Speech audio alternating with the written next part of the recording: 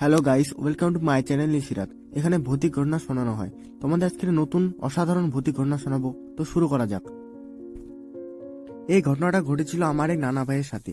নানা ভাই ছিলেন একজন রিক্সা চালক।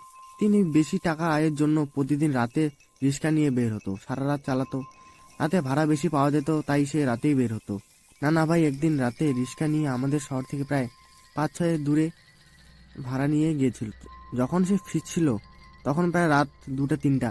নানা ভাই যে রাস্তা দিয়ে আসছিল সেটা ছিল মাটির কাঁচা রাস্তা। রাস্তার দুপাশে সারি সারি খেজুর গাছ, চারিদিকে সবকিছু যেন নিস্তব্ধ হয়ে আছে, কোথাও কোনো মানুষ নেই।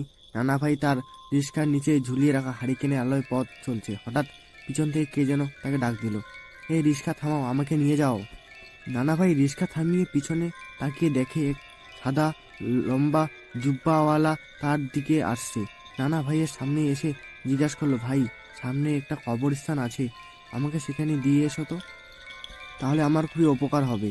নানা ভাই লোকটিকে দিকে ভালো করে তাকিয়ে দেখলো সুন্দর চেহারার, মুখে সাদা লম্বা দাড়ি, হয়তো কোনো আল্লাহর ওয়ালা হবে, তাই সে তাকে রিক্সায় ওঠাতে বলল। লোকটি রিক্সায় ওঠার পর নানা ভাইয়ের তাকে বলল, ভাড়া কিন্তু ডবল দিতে হবে। তখন লোকটি কোনো কথা না বলে চুপ করে রইল, যতক্ষণ পর্যন্ত কবরস্থানের গেটে না গেল। লোকটি নানা ভাইয়ের সাথে একটা কথাও বলেনি। কবরস্থানের গেটে আসলো, লোকটি নানা ভাইকে বলল, তুমি এখানে দাঁড়াও, আমি এখনই আসছি। তাই বলে সে কবরস্থানের ভিতরে চলে গেল। কিছুক্ষণ পর একটা বস্তায় কি যেন নিয়ে ফিরে এলো। নানা ভাইকে বলল, তুমি আমাকে যেখানে থেকে নিয়ে এসেছো সেখানেই রেখে আসো, অনেক রাত হয়েছিল। তাই নানা ভাই লোকটিকে বলল, আমি আর যাব না, আমি বাড়ি যাব, আমার ভাড়া দিয়ে দিন। তখন লোকটি একটু যেন রেগে গিয়ে বলল, তুমি চলো, আমি তোমাকে অনেক মূল্যবান কিছু দেব। তাই বলে লোকটি নানা ভাইয়ের হাতে কয়েকটি সোনার কয়েন দিয়ে বলল, এটা নাও, পরে আরও পাবে, আর চলার পথে একবারও তাকাবে না পিছনে, তাহলে তোমার বড় ক্ষতি হতে পারে।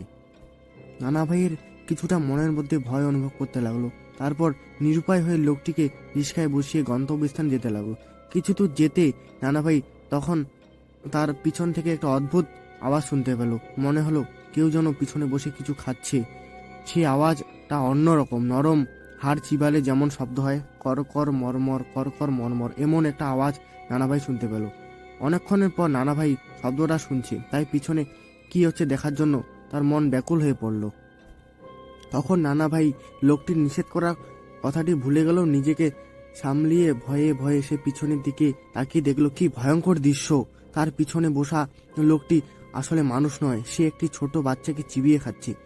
এমন এক ভয়ঙ্কর দৃশ্য, সেটা চোখে দেখার মতো নয়। হঠাৎ লোকটি যখন বুঝতে পারলো নানা ভাই তার বাচ্চা খাবার দেখে ফেলেছে, সে এমন ভয়ঙ্কর রূপ ধারণ করলো যা দেখে নানা ভাই এই জায়গায় ভয় পেয়ে অজ্ঞান হয়ে পড়ে থাকে।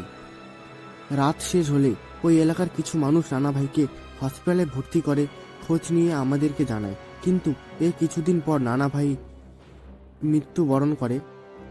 আর এই লোকটি দেওয়া সোনার মোহর আর কোথাও খুঁজে পাওয়া যায় না। এই ঘটনাটি নানা ভাই তার স্ত্রী মানে আমার নানিকে মারা যাওয়ার কিছুদিন আগে বলে, আর সেই ঘটনাটি আজকে আপনাদেরকে আমি শোনালাম। আশা করি আপনাদের কাছে অনেক ভালো লাগছে। এই রকম ভৌতিক ঘটনা শুনতে আমাদের সাথে থাকুন। আজকে এই পর্যন্ত, সবাই ভালো থাকবেন, ধন্যবাদ। আর চ্যানেলে নতুন হলে সাবস্ক্রাইব করুন, নিচে থাকা বেল আইকনটি প্রেস করুন। ঘটনা পাঠাতে হলে আমাদের nisira05@gmail.com ঘটনা লিখে পাঠান।